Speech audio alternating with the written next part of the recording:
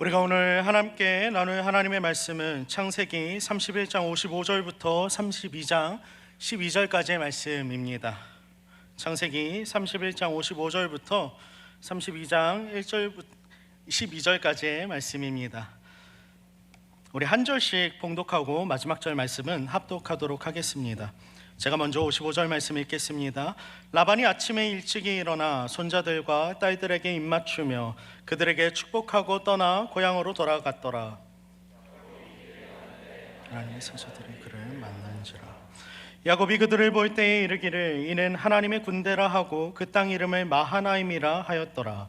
야곱이 세일 땅 에돔들의 형 에서에게로 자기보다 앞서 사자들을 보내며 그들에게 명령하여 이르되 너희는 내 주 에서에게 이같이 말하라. 주의 종 야곱이 이같이 말하기를 내가 라반과 함께 거류하며 지금까지 머물러 있었사오며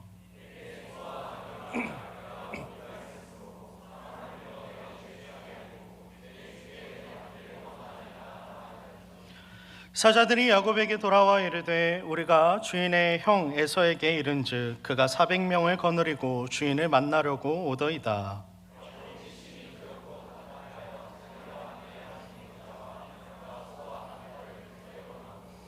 이르되 에서가 와서 한 떼를 치면 남은 한 떼는 피하리라 하고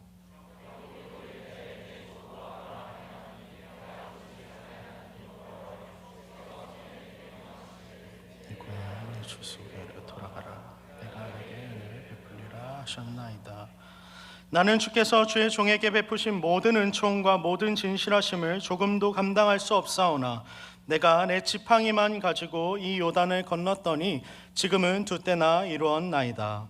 내가 주께 간구하오니 내 형의 손에서 에서의 손에서 나를 건져내시옵소서. 내가 그를 두려워하면 그가 와서 나와 내 처자들을 칠까 겁이 나기 때문입니다. 함께 읽겠습니다. 주께서 말씀하시기를 내가 반드시 내게 은혜를 베풀어 내 씨로 바다에 셀 수 없는 모래와 같이 많게 하리라 하셨나이다. 아멘. 할렐루야. 아멘. 만나뵙게 돼서 여러분 너무 반갑습니다. 요즘 이렇게 귀하게 자란 내가 이런 걸 봐도 되는지라고 하는 그 문장이 여기저기서 많이 쓰이고 있는데 여러분 미안합니다. 저 같은 사람을 앞에서 보게 한 여러분의 눈을 조금 이렇게 은혜롭게 봐주시면 감사하겠습니다.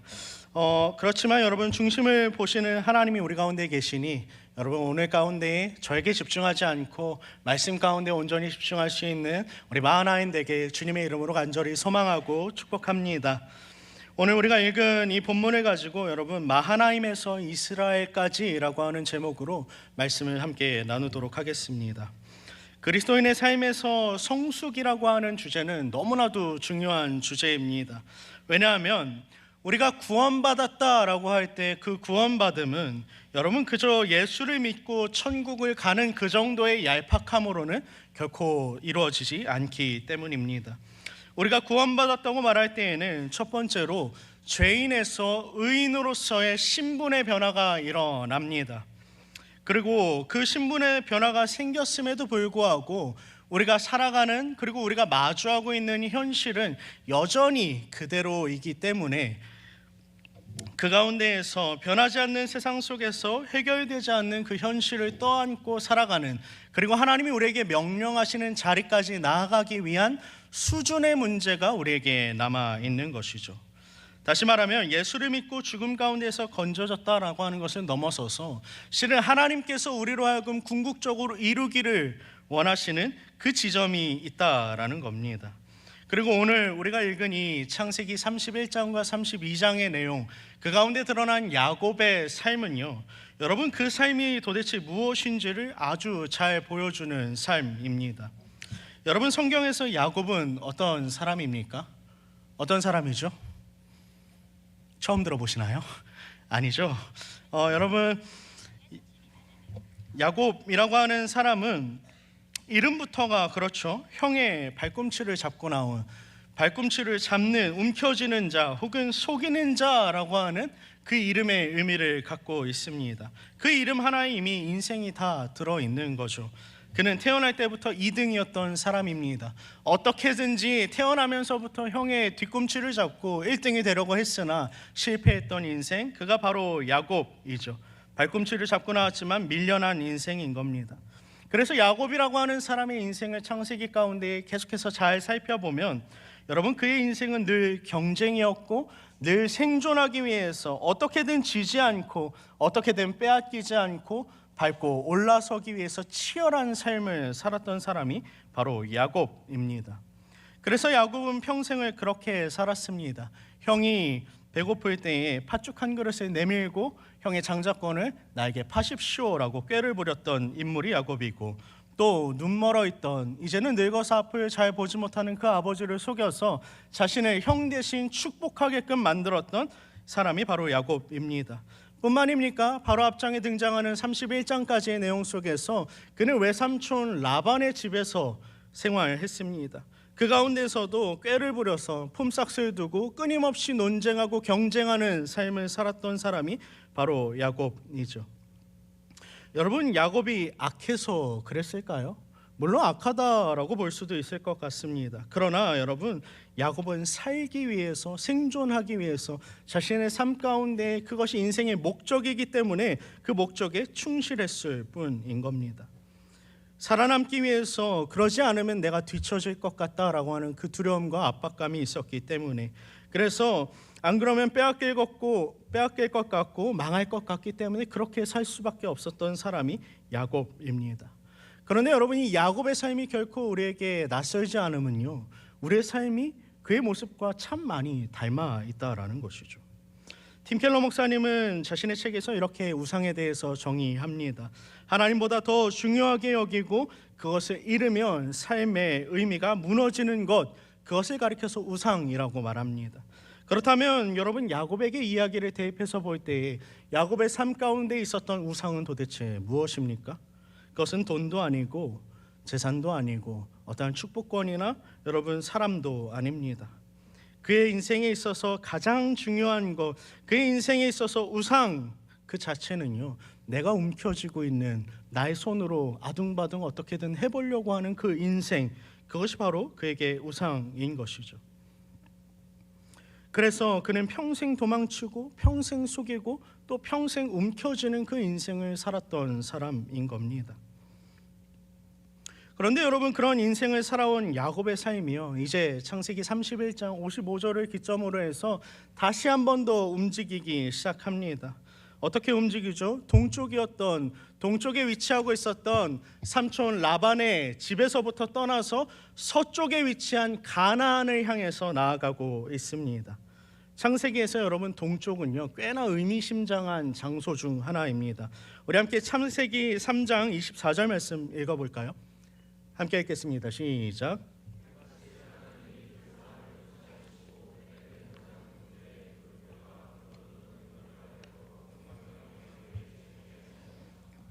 아멘.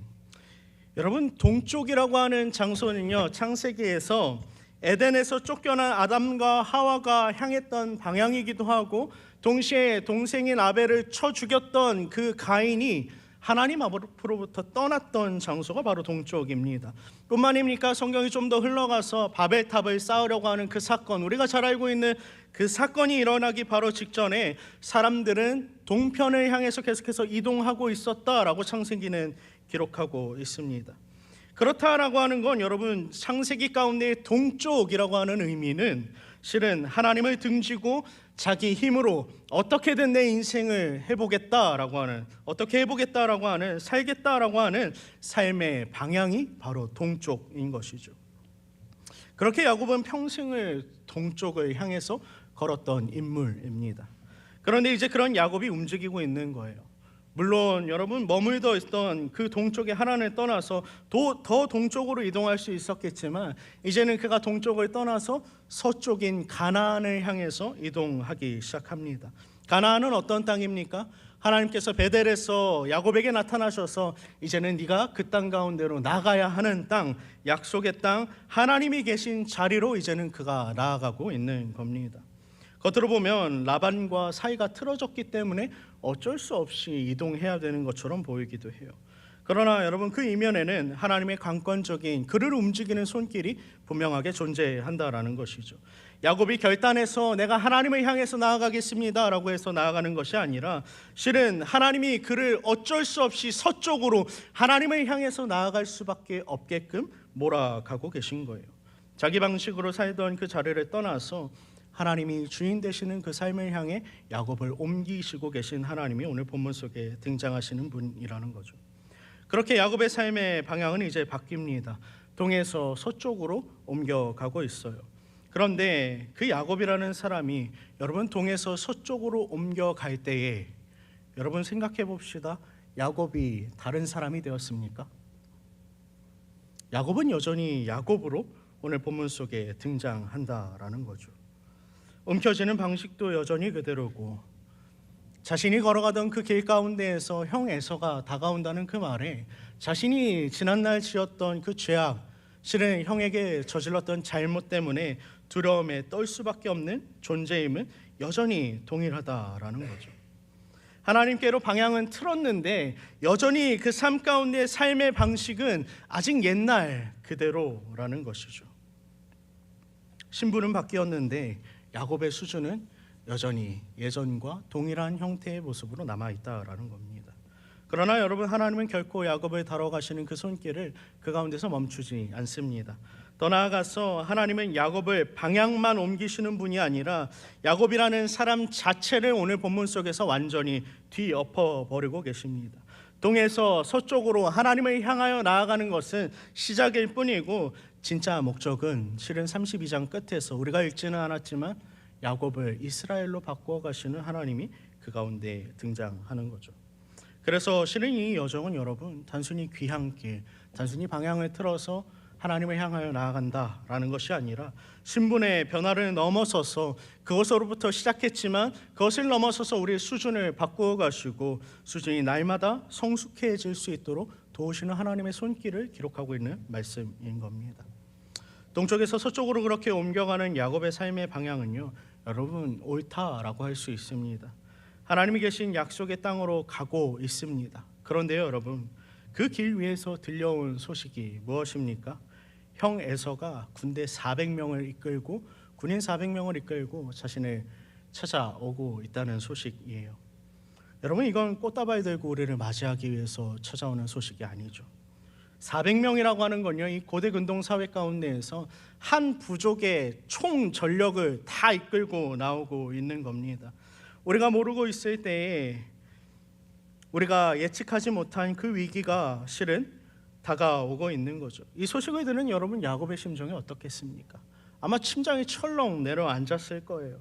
아, 이번엔 진짜 끝이구나, 내가 죽을 수도 있겠다라고 하는 그 두려움이 그에게 엄습했을 겁니다. 방향은 하나님께로 틀었는데 현실의 문제는 여전히 남아있고 여전히 다가오고 있고 여전히 두려워하고 있는 야곱이라는 거죠. 우리들도 그렇지 않습니까?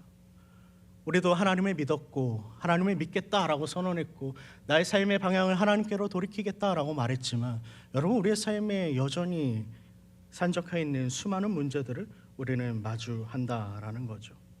그런 야곱의 상황 속에서 오늘 본문은 실은 이렇게 시작하고 있습니다. 32장 1절 말씀 우리 함께 읽어볼까요? 함께 읽겠습니다. 시작. 야곱이 길을 가는데 하나님의 사자들이 그를 만난지라. 아멘. 여러분, 야곱이 길을 가는데 누가 만났습니까? 하나님의 사자들이 그를 만났다라고 이야기합니다. 야곱이 하나님을 만나러 가는 중에서 내가 하나님의 사자들을 만난 것이 아니라 실은 하나님의 사자들이 그를 만났다라고 주어가 하나님의 사자들로서 기록되어져 있습니다. 야곱이 기도해서 불러낸 게 아니고 야곱이 찾아서 나타난 것이 아니고 실은 야곱이 400명이 다가온다라고 하는 그 소식을 마주하기도 전에 하나님께서 먼저 찾아오고 계신다라는 거죠. 여러분, 이게 무엇으로 고백됩니까? 2절로 넘어가면 야곱은 이 광경을 가리켜서 마하나임이라고 고백합니다. 두 진영이라고 하는, 군대라고 하는 뜻을 가진 단어이죠. 여러분, 이게 은혜입니다. 우리가 하나님을 원해서, 하나님을 찾아서, 우리가 붙잡아서 그럴 만해서 하나님이 우리에게 은혜를 주신 것이 아니라 우리가 연약함에도 불구하고 우리가 여전히 우리 앞에 놓인 상황이 무엇인지조차 인지되지 않는 그 상황 가운데에서 하나님이 우리를 먼저 붙드시고 먼저 찾아오시고 우리를 만나시는 그 은혜, 그것이 마하나임의 은혜인 것이죠. 그런데 여러분, 문제는 그 다음이에요. 야곱이 하나님의 붙드신 그 군대 마하나임을 봤단 말이죠. 그럼 여러분, 야곱의 마음 가운데 어떤 마음이 생겨야 정상입니까? 담대해져야겠죠. 그런데 여러분, 여전히 야곱에겐 두려움이 남아 있습니다. 그래서 자신이 여태껏 살아오던 그 삶의 관성을 내려놓지 못하는 그 모습을 보여요. 여러분, 이게 야곱의 문제입니까? 야곱만의 문제입니까? 우리에게도 동일하게 적용되는 모습인 거죠. 주일에 은혜를 받았음에도 불구하고, 하나님이 이 마하나임의 예배 가운데 우리를 만나 주셨음에도 불구하고, 여전히 우리의 삶 가운데 있는 수많은 문제들을 우리가 생각할 때에, 하나님, 내가 은혜는 받았지만 그럼에도 불구하고 나의 인생 가운데 플랜 B가 필요합니다 라고 고백하는 우리의 모습이, 우리의 마음이 실은 그러한 우리의 삶의 관성이 여전히 우리에게 있지는 않습니까? 여러분, 오해하지 않길 바랍니다. 하나님이 오늘 가운데 마하나임을 야곱에게 보여주시는 이유는 단순하게 그의 삶을 조금 더 안정적으로 안심시키고 편하게 만들기 위해서, 여러분, 그로하여금 괜찮다, 안심해라 라고 끝내시기 위해서 그에게 은혜를 주시는 것이 아니라, 여러분, 그로하여금 그 출발선, 마하나임이라고 하는 은혜의 출발선에 서서 하나님이 실은 가리키고자 하는 종착지를 향해서 갈 수 있도록 인도하시기 위함입니다. 야곱은 아직 완전히 달라지지 않았어요. 여전히 두려워하고 여전히 삶의 관성대로 살아가는 모습이 있습니다. 여전히 꾀를 부리고 있고 플랜 B를 삶 가운데 만지작거리는 삶이 있어요. 그러나 여러분, 야곱의 삶 가운데에 마하나임이 보여줬을 때 그 삶이 조금씩 변화하기 시작합니다. 무엇이 변화되는지 보죠. 32장 10절 말씀 우리 함께 살펴보겠습니다. 창세기 32장 10절 말씀입니다. 함께 읽겠습니다. 시작. 나는 주께서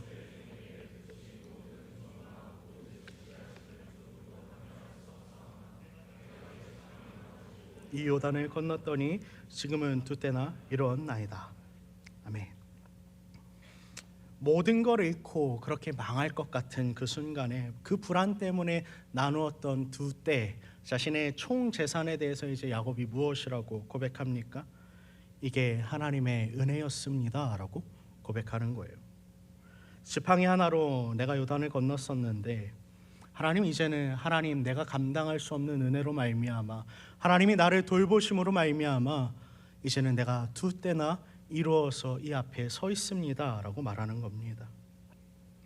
내 삶의 관성은 여전히 남아있지만, 하나님, 나는 여전히 두렵고 여전히 떨리고 여전히 꾀를 부릴 수밖에 없는 인생이지만, 그럼에도 불구하고 하나님, 이 인생이 내가 움켜쥐려고 했던 그러한 방식의 삶이 아니었고, 하나님이 여기까지 나를 인도해 오셨습니다 라고 하는 그의 기도의 고백이 바뀌어 가고 있다는 것이죠. 사랑하는 청년 여러분, 마하나임이라고 하는 은혜는 마음 좀 편해지라고 하나님이 우리에게 주시는 은혜가 아닙니다. 여러분, 우리에게 허락하고자 하시는 하나님의 구원은 결코 그저 내가 예수를 믿고 구원받았다라고 하는 그 확신으로 끝나기 위해서 우리에게 주어진 것이 아닙니다. 그렇기 때문에 하나님은 달래시지 않고 그 은혜로, 그 말씀으로 다시 한 번 더 우리의 삶을 건드려 가시는 거죠.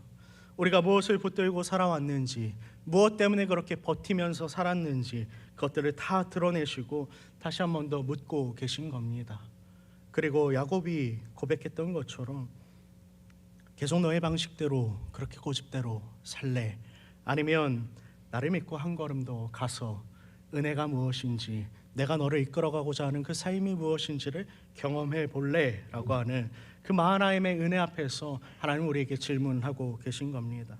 야곱은 여전히 두렵지만, 에서는 계속해서 다가오고 있지만, 여러분, 야곱은 그 질문 앞에서 성장하고 있습니다. 내 삶이 내가 붙들려고 했었지만 돌아보니 그 모든 것들이 내가 붙들 수 있었던 것들이 아니고 하나님께서 나에게 허락하신 은혜라는 것을 고백하는 것이죠. 사랑하는 청년 여러분, 우리의 공동체 이름은 마하나임입니다. 너무 잘 알고 있겠죠. 그러나 여러분, 우리는 하나님에만 머물러 있어서는 안 됩니다. 하나님이 나를 만나 주셨다라고 하는 그 은혜에만, 그 감격에만 젖어서 그것으로 만족합니다라고 말할 것이 아니라, 실은 그 은혜로부터 시작하여서 하나님이 우리를 이끌어가고자 하시는 그 종착점까지 우리는 하나님의 은혜를 사모함으로 날마다 달려가야 하는 줄로 믿습니다. 바라건대 여러분, 하나님의 은혜가 우리 가운데 있을 때에 그 은혜를 온전히 믿음으로 받고 더 나아가서 반드시 그 믿음으로 말미암아, 그 은혜를 믿는 믿음으로 말미암아 다음 걸음을 하나님께서 걷게 하실 것을 믿고 그 믿음의 걸음을 계속해서 걸어 나갈 수 있는 우리가 되길 주님의 이름으로 축복합니다. 우리 삶 속에서 여러분, 믿음이 드러나는 방식은 참 다양한 것 같아요. 말로도 드러나고 수많은 행동으로 드러나지만, 여러분, 우리의 삶 가운데에서 믿음이 가장 적나라하게 드러나는 순간은 언제냐면 바로 소유의 영역 가운데 우리가 들어갈 때에 믿음이 적나라하게 드러납니다. 왜냐하면 소유라고 하는 것은 우리의 손에 움켜쥐고 있는 것이죠. 그래서 우리는 손에 쥔 것들을 끝까지 내려놓지 않으려고 하는 그런 본질적인 습성을 갖고 있는 자들이기 때문에, 여러분, 소유의 영역에서 실은 우리의 믿음의 민낯이 그대로 드러나는 거예요. 야곱에겐 가축들이 그러했고 자신이 갖고 있었던 가족들, 아내들과 아들들이 그러했습니다. 평생을 걸고 그렇게 모아온 것들이죠. 그에게 소유는요, 단순한 재산 정도가 아니라 여러분, 자신의 존재 이유 그 자체였습니다.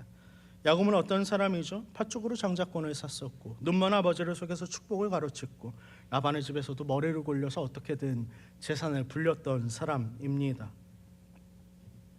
그의 인생은 언제나 내가 이만큼 했기 때문에, 이만큼 노력했기 때문에 나에게 이만큼이 주어졌어를 자랑했던 사람이죠. 자신의 계산 가운데에 딱 맞아 떨어지는 그 삶을 계획하고 살아갔던 사람이 야곱입니다. 그래서 소유라고 하는 것은 어찌 보면 야곱에겐 전리품 그 자체였던 것이죠. 그게 사라지면 인생이 무너지는 것 같은 거예요. 그래서 소유에 대한 야곱의 관점은 여러분, 자신의 전부, 자신의 존재를 대변하는 것입니다. 마하나임에서 경험된 은혜는 그런데 야곱으로 하여금 이제 변화하게 합니다. 이제 야곱이 기도하기 시작하는데, 그리고 그 은혜는 거기서 멈추지 않고 더 나아가서 소유의 관점을 완전히 뒤바꿔 놓습니다. 창세기 32장 16절부터 18절 말씀 우리 한 절씩 교독하고 마지막 절 합독합시다. 16절 제가 먼저 읽겠습니다.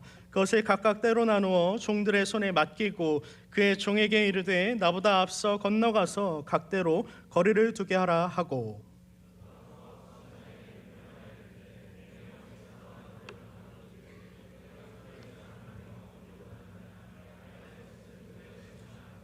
함께 읽겠습니다. 대답하기를 주의 종 야곱의 것이요 자기 주 에서에게로 보내는 예물이오며 야곱도 우리 뒤에 있나이다 하라 하고. 아멘. 이게 어떤 장면이냐면요, 여러분, 이제 하나님의 은혜입니다 라고 다 고백하고 나서 야곱이 또다시 때로 나누기 시작하는 겁니다. 각기 가축들을 때로 나눠서 앞서서 형에게 보내기 시작하는 거예요. 재산을 때로 나누고 형에게 보내는 이 과정을 누군가는 단순히 처세술이다 라고 생각할지도 모르겠어요. 여러분, 그러나 제가 볼 땐 이건 처세술이 아닙니다. 왜냐하면 야곱은 33장 5절에 가면 이 모든 것들이 하나님의 은혜입니다 라고 형 앞에서 고백하기 때문이죠. 그리고 자신이 소유한 모든 것이 하나님의 은혜로 말미암아 주어진 것을 깨달았기 때문에 비로소 이제는 그가 놓을 수 있는 겁니다.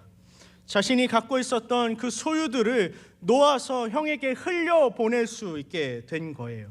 내 전부이고 내가 고생해서 얻은 것이고 내가 더 이상 뺏길 수 없는 것이 아니라 그것들도 이제는 내가 흘려보낼 수 있을 만큼 나의 것이 아니라 하나님의 은혜다라고 하는 것을 고백하는 것이죠. 어쩌면 그의 인생의 관성은요, 여전히 강력하게 그의 인생 가운데 작용하고 있는지도 몰라요. 그러나 적어도 하나님의 은혜라고 하는 그 고백과 더불어서 이제는 소유를 바라보고 있는 그의 관점이 변화되고 있는 것이죠. 여기서 여러분, 중요한 차이가 생깁니다. 은혜를 붙들기만 하는 사람과 은혜를 흘려보낼 줄 아는 자들의 차이가 드러나는 것이죠.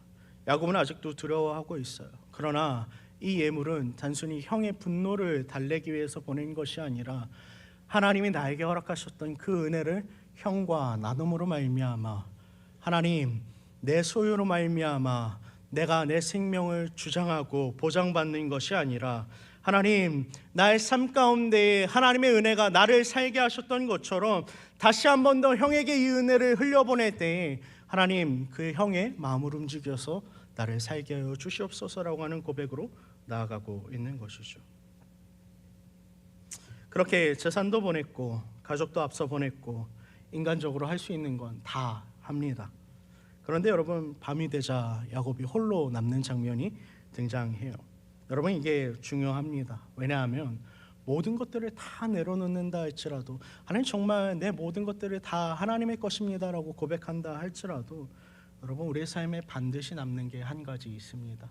그것은 무엇이냐면 바로 나 자신인 거죠. 야곱은 모든 것을 강 건너로 보냈습니다. 양떼도 보냈고 소떼도 보냈고 낙타도 보냅니다. 자신의 자녀들도 아내들도 다 보냈어요. 그래, 인간적으로 할 수 있는 건 다 한 뒤에 야곱의 모습을 성경은 이렇게 기록합니다. 32장 24절 말씀입니다. 우리 함께 24절의 말씀 읽도록 하겠습니다. 함께 읽겠습니다. 야곱은 홀로 남았더니 어떤 사람이 날이 새도록 야곱과 씨름하다가. 아멘.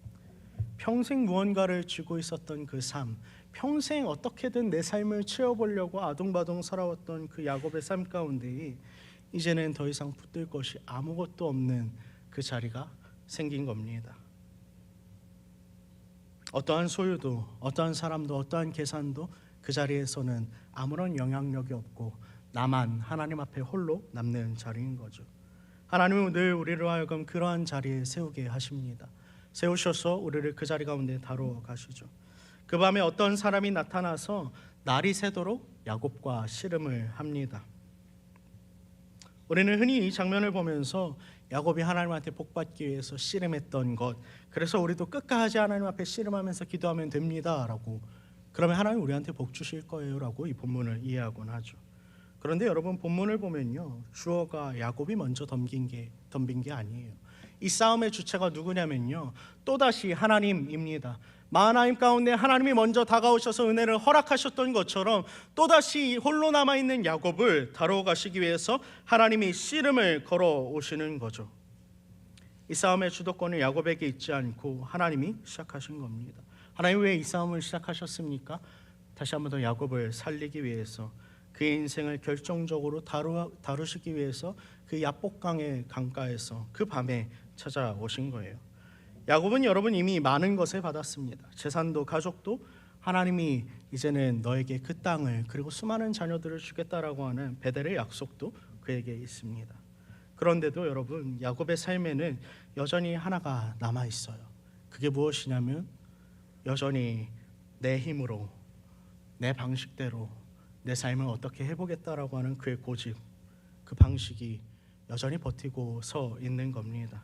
신분은 바뀌었는데, 하나님이 부르셨는데, 하나님의 은혜를 경험했는데 삶의 수준은 여전히 야곱 가운데 머물러 있는 상태인 거죠. 그런데 놀랍게도 하나님은 그 간극을 결코 지나가시지 않는다라는 거예요. 실제로 여러분, 이 씨름에서 야곱이 얼마나 독하냐면 하나님을 상대로 씨름을 하는데 밤새 버텨요. 지지 않습니다. 내가 가지고 있었던 그 고집과 자아가 얼마나 강한지 끝까지 버티고 서서 하나님을 믿으면서도 끝까지 그 삶의 주도권을 내려놓지 않은 채 씨름하는 모습을 보입니다. 그게 야곱의 모습이고, 실은 동시에 우리가 하나님과 씨름하고 있는 우리의 자화상이기도 한 거죠. 하나님은 그렇게 밤새도록 야곱의 자아를 다루기 위해서 싸우셨습니다. 결국 하나님은 어떠한 방편으로 그를 무너뜨리십니까? 바로 야곱의 허벅지 관절을 쳐서 그 허벅지 관절이 부러지게 만들어 버리십니다. 그가 더 이상 자기 힘으로 설 수 없도록 만드시고 쳐서 절뚝거릴 수밖에 없게 만들어 버리시는 거죠. 어쩌면 이러한 장면이 잔인해 보일 수도 있습니다. 하나님 너무 폭력적이에요 라고 말할지도 모르겠어요. 하지만 여러분, 이것은 야곱에게 벌 주시기 위해서 떨어져 라고 말씀하시면서 그의 환도뼈를 치신 것이 아니라 여러분, 그를 살리기 위한 하나님의 손길임을 우리는 기억해야 합니다. 평생 자기 다림의 힘만 믿고 그렇게 살아온, 내가 걸어가는 그 길이 나의 삶이 되는 그러한 믿음으로 내가 가는 곳 어디든 간에 내가 삶을 개척할 수 있을 것이라고 하는 그 착각으로 끊임없이 살아오는, 그렇게 서 있던, 그렇게 씨름하던 삶이 아니라 이제는 다리가 부러져서 하나님과 씨름하는 것이 아니라 어떻게 됩니까? 하나님께 매어 달릴 수밖에 없게 하나님이 만드시는 것이죠. 창세기 32장 26절은 이렇게 기록합니다. 제가 읽겠습니다. 그가 이르되 날이 세려하니 나로 가게 하라. 야곱이 이르되 당신이 내게 축복하지 아니하면 가게 하지 아니하겠나이다. 아멘. 야곱이 어떻게 매달리기 시작합니까? 내가 당신이 축복하지 않으면 내가 결코 놓지 않겠습니다 라고 물고 늘어지는 것이죠. 그런데 여러분, 조금 바뀐 겁니다. 하나님과 다투고 싸우는 장면이 아니라 하나님 축복하지 아니하면, 곧 당신의 힘과 당신의 능력으로 나의 삶을 붙들지 않으면, 당신이 행하시는 그 모든 일들과 당신의 그 복이 내 것이 되지 않으면 나는 내 삶을 살아갈 수 없습니다 라고 그렇게 하나님께 매달리는 고백으로 나아가는 겁니다. 철저하게 이제는 하나님, 내 생각과 내 방법, 내 뜻대로 이 삶을 살아가는 것이 아니라 하나님의 능력으로 살아가게 하여 주시옵소서, 그리 되게 해 주십시오라고 매달리는 것이죠. 결국 이 씨름의 끝이 어떻게 끝나는지 우리는 너무 잘 알고 있습니다. 어떻게 되죠? 하나님이 야곱에게 이기나요? 집니다. 그리고 그의 이름을 묻는 장면이 등장하죠. 27절은 이렇게 기록합니다. 그 사람이 그에게 이르되 내 이름이 무엇이냐? 그가 이르되 야곱이니이다. 야곱이 무슨 뜻입니까? 속이는 자, 움켜쥐는 자입니다.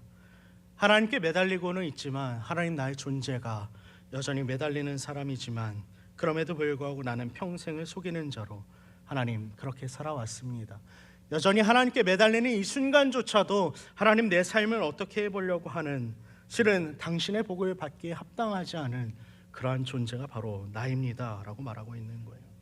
그럼에도 야곱이 뻔뻔하게 자신의 이름을 야곱입니다 라고 고백할 수 있는 이유는 무엇이냐면, 그럼에도 하나님, 나는 당신의 은혜가 필요합니다 라고 고백하며 매달리고 있는 것이죠. 그 결과 하나님은 그에게 새로운 이름을 주십니다. 32장 28절 말씀 우리 함께 읽겠습니다. 28절입니다. 함께 읽겠습니다. 그가 이르되 내 이름을 다시는 야곱이라 부를 것이 아니요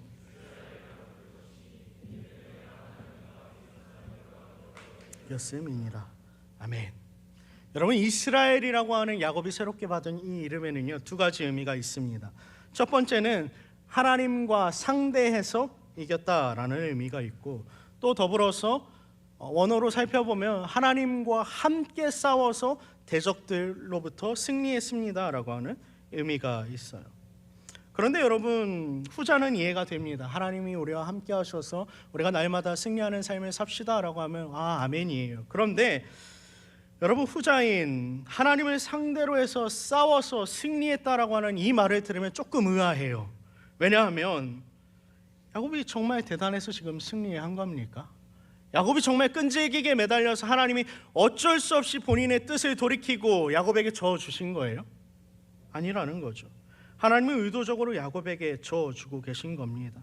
하나님은 지금 야곱 때문에 그의 삶을 변화시키고 그로 하여금 성숙하게 만드시기 위해서 일부러 패배자의 자리에 들어가고 계신 것이죠. 그런데 여러분, 그 하나님이 저주시는 장면을 볼 때에 여러분의 마음 가운데에 떠올라야 하는 한 장면이 있어요. 그게 무엇입니까? 바로 예수 그리스도의 십자가의 자리입니다. 하나님은 야곱으로 하여금 철저하게 져주시는 가운데에 다시 한 번 더 승리할 수 있는 자리, 어쩌면 죽을 수밖에 없어 보이는 그 자리 가운데에서 참된 생명을 경험하게 만드는 자리, 절망과 좌절뿐일 것 같은데 그 자리에서 다시 한 번 더 하나님이 주고자 하시는, 세상의 것이 아니라 하나님이 주고자 하시는 그 참된 기쁨을 누리는 자리로 그를 초청하고 계시다라는 것이죠. 그 자리가 바로 여러분, 예수 그리스도께서 우리를 위해서, 죄인된 우리를 위해서 지셔야 했던, 가셔야만 했던 고난의 자리, 십자가의 자리라는 것이죠. 바라건대 여러분, 우리 믿음의 현 주소는 어디입니까? 여러분, 하나님을 만났다라고 하는 그 마하나임의 은혜에만 머물러 있지는 않습니까? 하나님은 우리로 하여금 날마다 이스라엘의 자리, 하나님이 우리에게 주고자 하시는 그 구원의 풍성한 자리, 참된 기쁨과 참된 생명이 넘쳐나는 그 자리로 우리를 초청하고 계시는데, 주일자리 가운데서 다시 한 번 더 나와서 예배 한 번 드렸다라는 것으로 만족하고, 그러한 삶으로, 그러한 얄팍한 신앙으로 내가 하나님을 믿는다라고 말하며 여러분 그렇게 살아가고 있지는 않습니까? 바라건대 여러분, 마하나임 가운데서 만난 그 하나님의 은혜가 여러분을 이스라엘 가운데로 성숙하게 하시고 자라가게 하시는 그 하나님의 손길임을 기억하고 날마다 하나님 앞에서 그렇게 깊어져 갈 수 있는 우리 모두가 되길 주님의 이름으로 축복합니다. 말씀을 좀 마무리하도록 할게요. 사랑하는 마하나임 여러분, 저는 매일 새벽 기도를 나가기 전에 샤워를 이렇게 하는데요, 샤워를 하면서 면도를 하고 다짐하는 게 있습니다. 뭘 다짐할까요? 왜 이렇게 잘생겼어? 라고 다짐하겠습니까? 아니라니까요. 그런 것이 아니라 표정이 너무 그런데 여러분, 너무 폭력적이에요. 오늘은 좀 더 거룩하게 살아야지, 오늘은 좀 더 온전하게 살아야지, 그렇게 거울을 보면서 좀 다짐합니다. 그런데 여러분, 하루를 마감할 때면요, 또다시 집에 들어가서 잠자리에 들기 전에 양치를 하면서 여러분 하루를 되돌아보면 어떻죠? 우리의 삶은 어떻습니까 여러분? 우리가 얼마나 나약한지, 얼마나 연약했는지, 얼마나 또 결심이 쉽게 무너졌고 또 넘어졌고, 그래서 나는 참 하나님의 은혜가 합당하지 않은 존재인지를 다시 한 번 더 확인하게 된다라는 거죠. 마음은 원이로되 육신이 약하다라는 말이 괜히 있는 게 아닌 것 같아요. 야곱을 보십시오 여러분. 야복강에서 그 치열했던 밤이 지나갑니다. 그리고 해가 떠올라요. 그런데 여러분, 한돛뼈를 치심으로 말미암아 야곱이 걸어가는, 이제 형 에서를 마주하러 가는 그 길 가운데 야곱의 모습이 어떻습니까?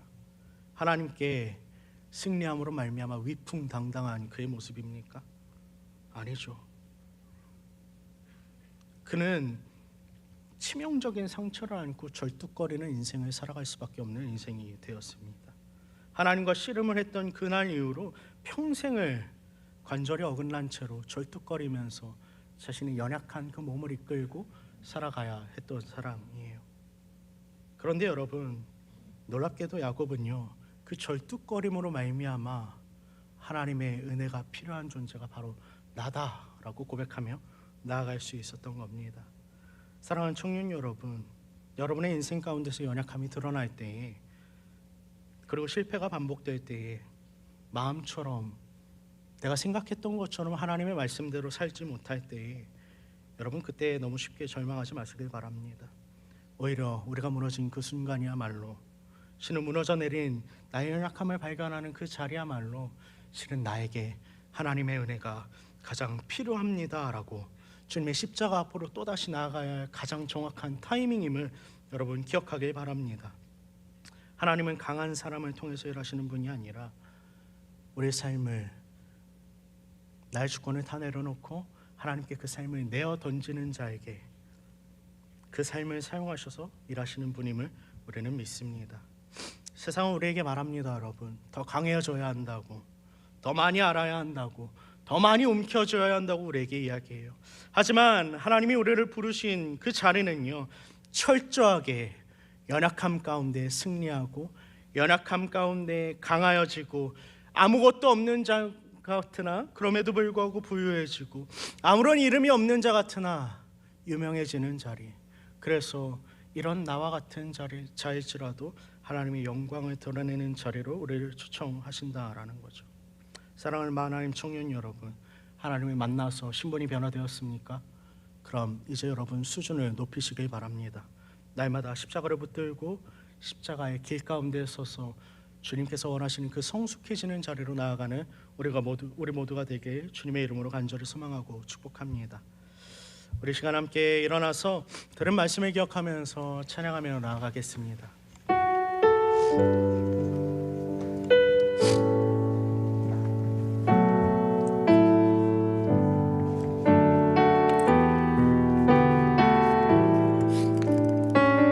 우리 함께 고백합니다. 나 무엇과도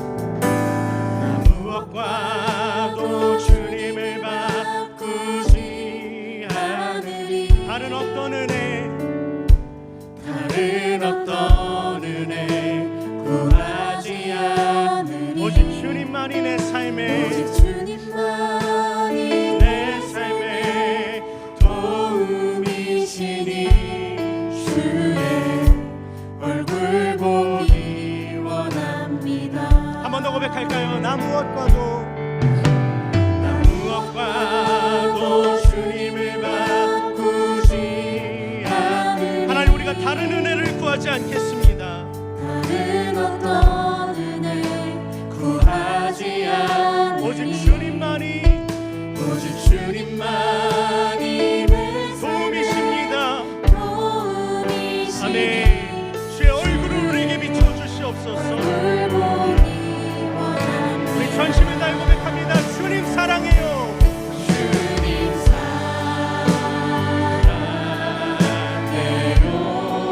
온 마음과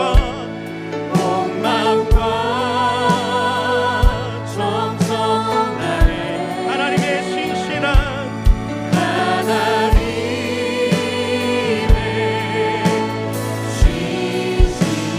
친구 되기 원합니다. 우리 한 번 더 고백합니다. 주님 사랑해요.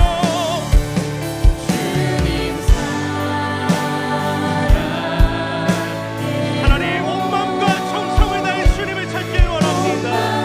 주님만을 사랑하며 나아가는 우리가 되길 원합니다. 하나님의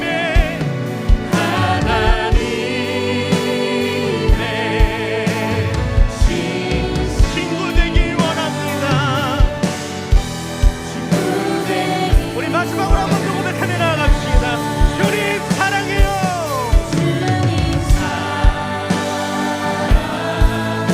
온 마음과 정성 다해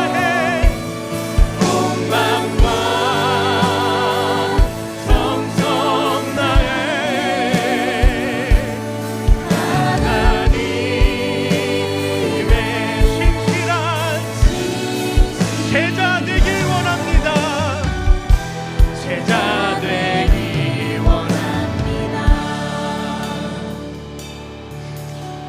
사랑하는 청년 여러분, 말씀을 듣는 우리가 먼저 붙들어야 할 것은 우리 공동체의 이름입니다. 마하나임, 야곱이 하나님의 군대를 마주한 자리, 하나님을 만난 바로 그 자리입니다. 여러분, 우리가 모인 이유 무엇입니까? 하나님을 만나기 위해서 우리는 이 자리 가운데 모였습니다. 그러므로 우리가 교회인 이유는 사람들이 많이 모였기 때문에, 같은 뜻을 갖고 모였기 때문에가 아니라 하나님이 우리 가운데 임재하시고 하나님이 우리를 만나시기 때문인 줄로 믿습니다. 그런 교회를 살리는 것은 여러분, 공동체의 어떤 프로그램이나 사람의 많고 적음이 아니라 이 자리가 하나님의 임재로 충만하여질 때에 비로소 우리가 살아나는 공동체가 될 줄로 믿습니다. 오늘 이 시간 우리 공동체를 위하여 기도할 때에 형식이 아니라 하나님의 임재가 있는 자리, 말뿐이 아니라 삶의 주권이 하나님께로 이양되는 자리, 결단이 일어나는 그러한 공동체, 그러한 우리의 예배가 되게 하여 주시옵소서. 함께 주님의 이름 한번 부르시고 기도하며 나아갑니다. 주여, 사랑하는 내가 풍성하신 하나님, 우리가 이 자리 가운데 온전히 섰을 때 하나님 우리에게 부어주시는 놀라운 은혜를 경험케 하여 주시옵소서. 우리가 교회 될 수 있는 이유, 우리가 이 자리에 선 이유는 하나님 우리가 잘 먹고 잘 살기 위해서, 우리가 먼저가 잘 되기 위해서가 아니라 온전히 하나님 우리를 부르신 하나님의 뜻에 의하여서 하나님 우리를 만나시고 하나님 충만한 임재를 경험하고 하나님의 은혜로 붙들리기 위한 힘을 기억하며 나아가오니 하나님 말하며 공동체를 붙들어 주시옵소서. 우리가 다시 한번 하나님의 은혜로 붙들린 공동체가 되게 하여 주시옵시고 이 자리 가운데 하나님 온전히 하나님 말씀을 전하게 하여 주시옵소서. 사람의 많고 적음이나 어떠한 프로그램으로 말미암은 것이 아니라 이 자리가 하나님의 임재로 말미암아 가는 하나님의 임재가 충만하여지는 자리가 되게 하여 주시옵소서. 그래야 할 하나님, 우리가 삶의 영성으로 하나님 말로만 하나님만 우리 삶에 드리게 전하고만 하는 자리가 아니라 정말 우리 삶의 주권이 하나님께로 이양되는 자리가 되게 하여 주시옵소서. 믿음의 고백이 일어나게 하시고 믿음의 결단이 일어나게 하시고 이 공동체 가운데 주여 역사하심으로 말미암아 하나님을 만나는 자리가 되게 하여 주시옵소서. 우리 삶의 주인이 하나님을 고백하는 공동체가 되게 하여 주시옵소서. 그러나 바로 그 하나님, 이 자리가 없는 사람을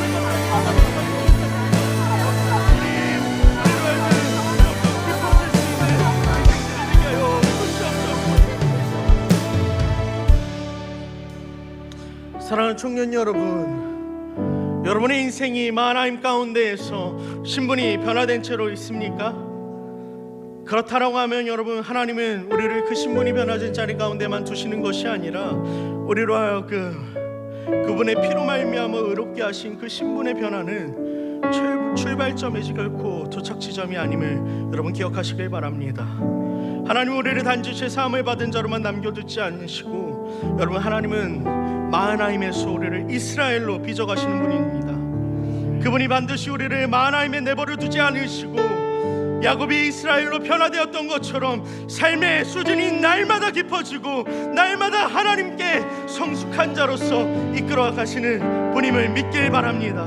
그러므로 여러분, 우리가 결단함의 시간 가운데 기도하며 나아갈 것은 주여, 나로 구원의 입구에만 서 있는 신앙이 아니라 주께서 허락하신 구원의 그 풍성함을 누리는 자로 끌고 들어가 주시옵소서. 주여, 나를 이스라엘로 빚어 주시옵소서. 이 시간 이 기도의 제목을 붙들고 주여 한번 부르짖고 기도하며 나아가겠습니다. 기도하시겠습니다. 살아가는 하나님 주여, 우리를 붙들어 주시옵소서. 우리를 하여금 하나님 이스라엘로 빚어가 주시옵소서. 하나님의 그 은혜의 풍성함 가운데 날마다 거하게 하여 주시옵소서. 세상의 것들과 타협하지 아니하게 하여 주시옵시고 하나님의 책임지시고 세상을 역행하며 하나님 세상을 거슬러서 하나님의 자녀 완전히 살아갈 수 있는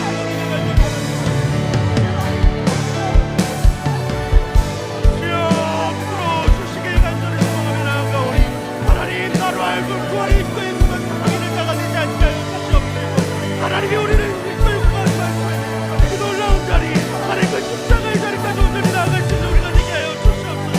하나님 그러므로 고난이 영광임을 아는 세대가 되게 하여 주시옵시고 각자의 존재리 가운데에서 하나님 우리 예배자로 살 뿐만 아니라 하나님 날마다 죽으며 날마다 성공하며 날마다 하나님을 죽으며 하나님 날마다 죽음으로 말미암아 하나님의 기쁨이 우리 가운데서 우리 삶 가운데서 영화롭게 되는 놀라운 기쁨을 맞이하며 나아갈 수 있는 하나님 주시기 간절히 소망합니다. 하나님이 내버려두지 마시옵시고 하나님 이스라엘로 변화시켜 주시옵소서. 우리가 하나님을 알아가는 데 더욱더 힘쓰게 하여 주시옵시고 우리가 하나님의 소망을 내게 더욱더 힘쓰게 하여 주시옵시고 세상의 그 무엇보다도 하나님 더욱더 크신 하나님을 온전히 노래하며 찬양하며 날마다 기뻐져가는 성숙해져가는 신앙이 우리가 되게 하여 주시옵소서. 하나님 붙들어주시기 간절히 소망합니다. 주여 역사하여 주시옵소서. 주님을 찬양하는 것이 어제보다 오늘도 기뻐지게 하시고 오늘보다 내일도 기뻐지게 하시고 주님을 만나는 그날 가운데 하나님의 주님을 가장 사랑하니 그래서 우리에게 오셨습니다. 하나님 그렇습니다라고 고백하며 나아가시고 우리가 함께 하여 주시옵소서. 우리 한 번 더 함께 고백하며 나갑니다. 주님 사랑해요.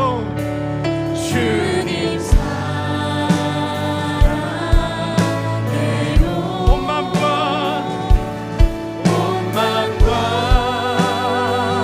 정성 다해 하나님의 진실한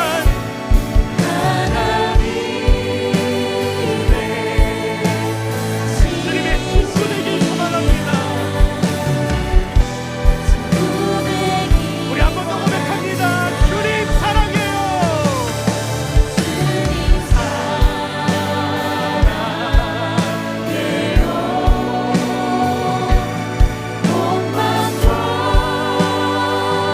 정성 다해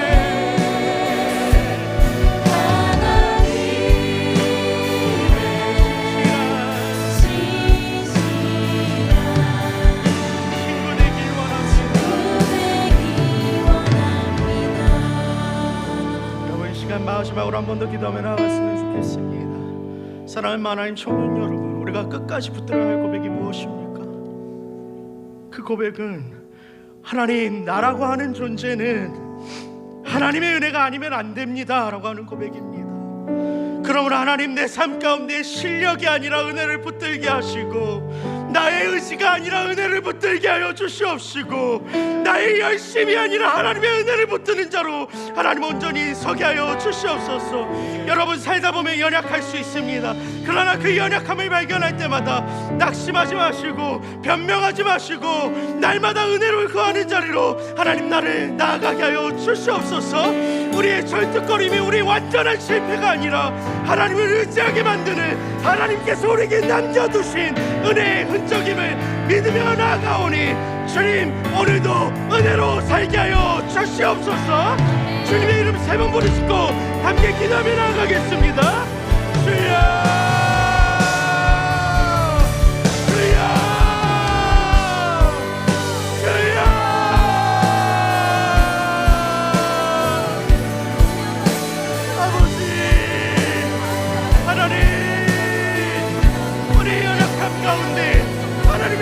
붙들며 나아가게 하여 주시옵소서. 우리가 날마다 하나님의 은혜를 붙들게 하시고 나의 실력이요 나의 열심이 나의 의지가 아니라 하나님 온전히 하나님의 은혜만을 붙들며 나아가게 하여 주시옵소서. 주님 우리는 날마다 넘어집니다. 매 순간 실패합니다. 그러나 그 가운데서 하나님 우리 실패하고 우리 연약함을 보고 낭망하고 자살하고 쓰러져 있는 것이 아니라 연명하고 나서는 것이 아니라 은혜를 구하는 자리로 또한 나아가게 하여 주시옵소서. 하나님 낙심하지 않을 때 하나님 반드시 주님의 때에 우리를 이루어 가실 그 주님을 기대하며 나아가오니 우리의 절뚝거리는 실패가 되지 아니하게 하여 주시옵소서. 하나님을 의지하는 하나님을 의지하게 만드는 그 은혜의 흔적임을 믿으며 나아가오니 우리를 오늘도 은혜가 아니면 살아갈 수 없게 하여 주시옵소서. 날마다 은혜를 구하는 자리로 나아가게 하여 주시옵소서. 하나님 우리 인생은 단 1분 1초도 하나님의 은혜가 아니고서는 될 수 없사오니 하나님 우리 인생을 다시 한번 은혜로만 살아가게 하여 주시옵소서. 그렇게 은혜로 우리를 붙드실 하나님 바라보며 나아갑니다. 하나님 우리를 붙들어 주시옵소서. 야곱의 인생과 같이 우리를 여기까지 인도해 오신 하나님의 은혜를 기억하게 하시고 여지껏 우리를 인도해 오신 그 하나님이 앞으로 우리의 삶을 인도하실 그 하나님을 고백하며 나아갈 수 있는 우리가 되게 하여 주시옵소서. 하나님 붙들어 주시옵소서. 그러하시니 그러한 하나님을 찬양합니다. 하나님 오늘 권하다 주시옵소서.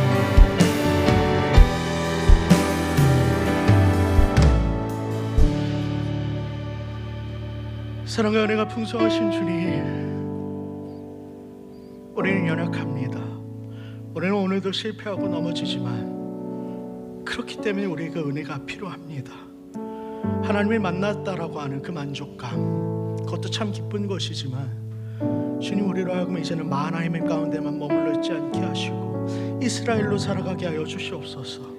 그러나 우리의 힘과 능력으로 불가능한 것인 줄 아오니 끊임없이 우리를 향한 그 하나님의 사랑, 그 깊이와 너비와 높이와 길이 가운데에 우리를 노출시켜 주시옵시고 다시 한 번 더 그리스도를 닮은 자들로 서게 하여 주시옵소서.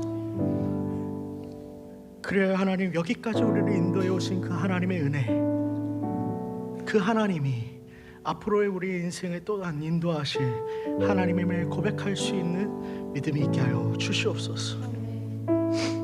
은혜로 서는 우리가 되길 간절히 원합니다. 은혜로 충만한 공동체 되게 하시고 그래야 하나님 우리 가운데에 우리의 어떠함이 남는 것이 아니라 하나님만 남게 하여 주시옵소서. 그렇게 하실 하나님을 기대합니다. 이 모든 말씀 예수 그리스도의 이름으로 기도합니다. 아멘. 지금은 우리 주 예수 그리스도의 은혜와 하나님 아버지의 크신 사랑하심과 성령의 인도, 교통, 역사하심이 마하나임 가운데 머물러 있는 것이 아니라 이스라엘로 나아가기를 다짐하며 결단하며 주의 은혜를 구하는 모든 마하나임의 주의 모든 권속들 머리 위에 이제로부터 영원토록 함께 있을지어다. 아멘.